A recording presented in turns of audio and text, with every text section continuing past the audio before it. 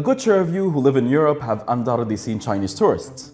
Many of you have also seen people complaining about them. So why are there so many of them? It's not really tourism that I want to discuss here, but the economy.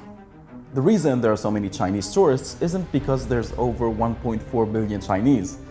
And they're definitely not there for the food. I mean, seriously, when you try Kung Pao chicken, why would you ever want to try anything else?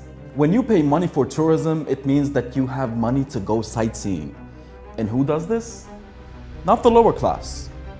There's money in China. But this wasn't always the case. China used to be an unbearable place to live, with more than 90% poverty. That is, up until the 1970s, when the détente with the US happened as Washington sought to make use of China's industrial capacity, and China began exporting products to the entire world. That's when the poverty rate dropped dramatically. While in 1981, 88% of the people in China were poor, in 2015, that number stood at 0.7%.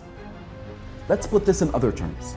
In 34 years, China almost completely wiped out poverty, gave its people a decent life, afforded them services, focusing on citizen welfare and infrastructure, and is now on the path to overtake, wait for it, none other than the US.